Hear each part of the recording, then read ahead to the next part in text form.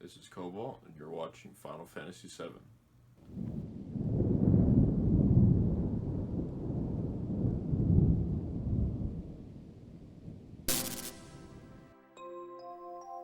Alright folks, welcome back. Part 3 of Final Fantasy VII. And so we're gonna head on to the train and kind of get things in motion here. Now obviously you can get into fights with these guys, but I choose not to. I'm not gonna do every single fight in the game, but you'll get enough of a sense so you know some of these enemies. But I think really you're just gonna get a little bit of extra gil and maybe a potion, so there's really no need. I can buy those potions anyhow, so... I mean, Cloud will definitely level up. That's kind of the situation. He'll be able to level up and get the experience. I don't think these bosses are going to whip my ass that badly, so it'll be simple enough to do. But most of this is going to take place on the train. There's really not going to be any fighting in this episode, so let's get ready for that. But it's coming. But then, you know, I was recording the rest of the footage for Part 4 and Part 5 recently, and I guess actually there's not going to be any fighting in those either. It's a lot of plot development that's coming. So you get to meet like the Tifa character, and you're going to be able to kind of see what Cloud's next mission is going to be, and a little bit of his background as well. So, but yeah, so I do kind of like this roundabout crew. I mean, Avalanche isn't that hateable. Despite the way that the game kind of portrays them to be. I mean, it's obvious that they're the good guys, but, you know, they're kind of, their antics are funny. So.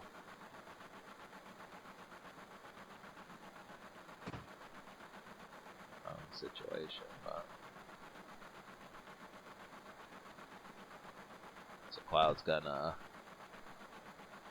show up.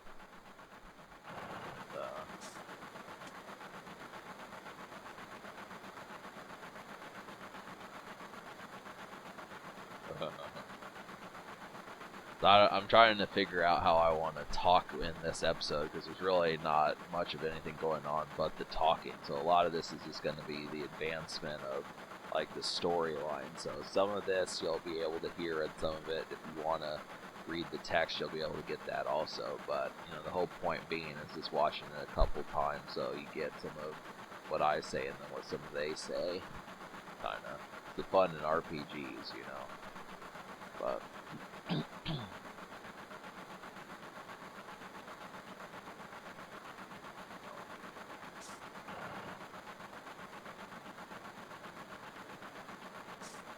It seems like they've been doing this sort of thing for a while. I think it starts off right in Cloud's first mission, but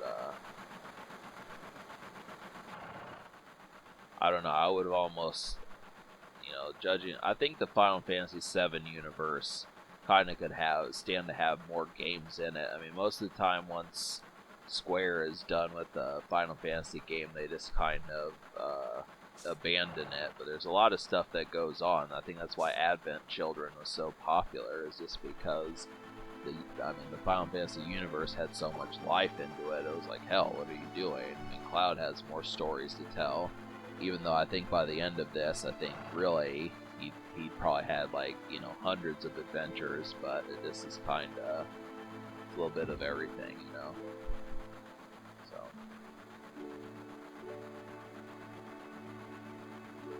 But this is one of the more relatable ones. I think this is like the easiest one. I've thought about messing with Final Fantasy 11 and 12 and some of those, but it seems like the ones for the PS1 got the best reception, especially Final Fantasy 7 and 8. I mean, I do own Final Fantasy 10, but I just haven't messed with it, and I think half the reasons is because you have to be good at Blitzball. There's usually something. In Final Fantasy 9, it was the card game, which I think I'd prefer Blitzball to the card game, but you know, there is something extracurricular. In Final Fantasy 6, you had to be able to do like Sabin's button combinations and the opera scene. So some of those were kind of fun.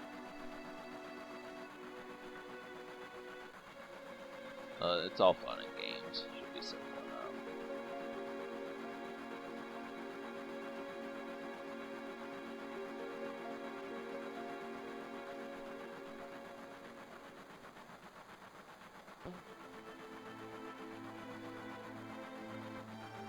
I do kind of. I don't know. I was trying to think of whether or not there's just no way for this game to be 2 players, you know. Because I was thinking, you know, whether or not Cobalt could make any sorts of appearances. I mean, he's going to. That one that you just saw, he's going to make several more appearances throughout this, but I'm just trying to figure out exactly how some of this is going to happen. So this is kind of like the railroad track is not entirely done in this. The work's going to be laid down as I kind of go, so I just have to think. I have some of the shit that's going to happen in later episodes, but the skits, you know, me trying to keep the life in this, you know, happening, you know, it's having to work in real time here.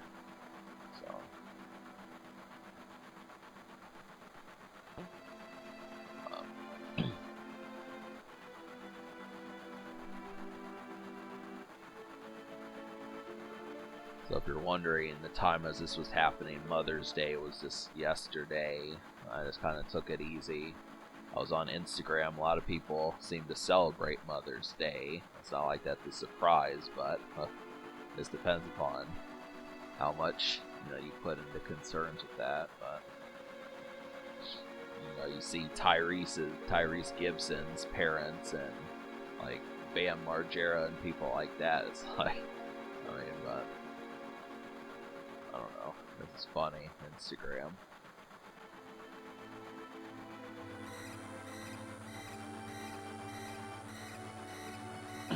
So yeah, this episode is really just gonna breeze on by. This is such a mellow episode, which is kind of the funny thing. This is mostly just about paying attention to the game. So I kind of figured that you're just gonna be listening to the text if you want to catch the glimpse of the story. So kind of both. This train scene is kind of interesting. I like the way they have it set up.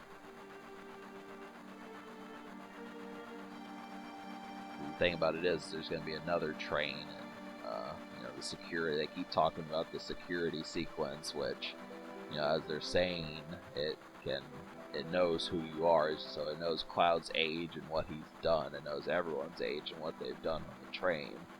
It identifies that sort of stuff.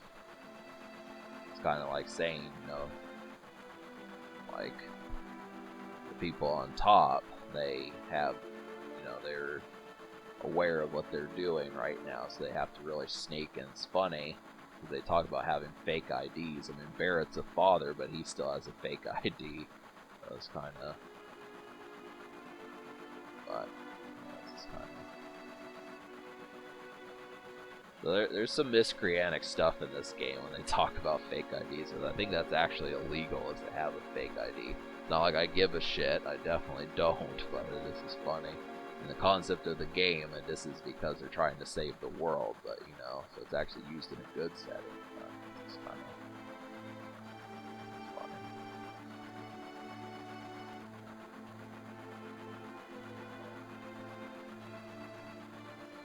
A lot of this game, in the beginning part, takes place in the slums. It's kind of interesting just because it's not like, I think Final Fantasy VIII is more in like a city setting, it seemed like, but Final Fantasy VII kind of takes place in like a more Street Fighter and kind of Final Fight type setting, that sort of thing,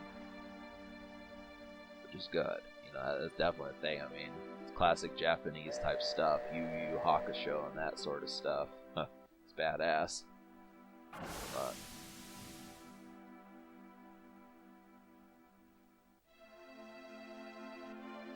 But unfortunately, there's not. I kind of was hoping that there'd be like a second party character in this game that was like Cloud. And I think there's at least one, but I think there's only 7 party members in this entire game. There's not an abundance, because you can only have 3 people fight at once, so there's really only like how many other characters, you know. So the characters that you get, it's more about those ones kind of having their roles.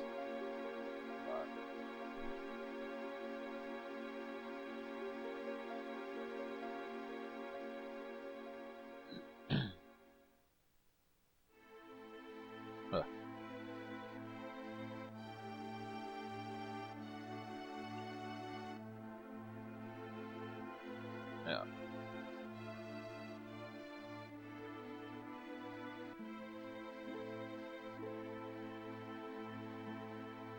So it's back to the hideout. Cloud's gonna get his pay, and we're gonna figure out what's next for the crew. It's kind of the situation. So once again, Cloud is only in it for the money, at least at this stage. And it's kind of funny because he's probably rooting them for all they have. It's like, yep. And really, it doesn't really reveal what Cloud wants the money for, if he's just using it to survive or what he intends to do with that money. I mean, he's just kind of a stickler for it, but I mean, Cloud doesn't seem to have a vehicle and, you know, things like that. A home, even. It seems like he's kind of a derelict, so.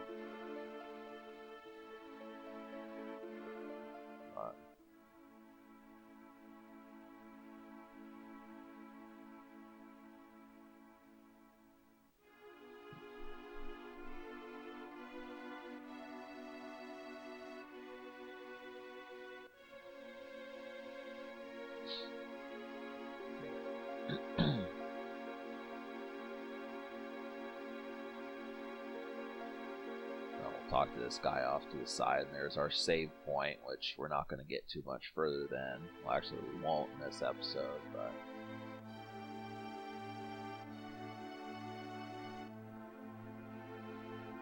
It has some. It does have a pretty setting, you know. It does look like the slums.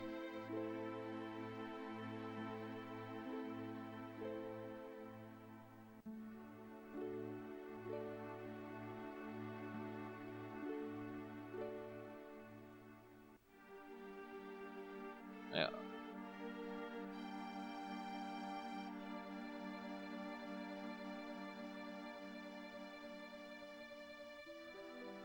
This entire land that they're in is Midgar, so that's where a lot of the beginning of the game takes place, it would seem.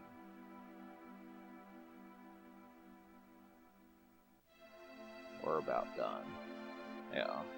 Barrett's calling for us, so. But that will have to take place in part 4, so. Yeah, it's a relatively basic episode. How'd you like that? You know, no fighting and just a bunch of talking, figuring out the situation that's going to happen, kind of setting us up for like the next few episodes here. That's what it is, so. Alright, yeah. Get ready. Kinda get hyped, folks, because some of this shit's gonna really start to pop off. It's gonna be awesome. Subscribe for more fun. Stay tuned.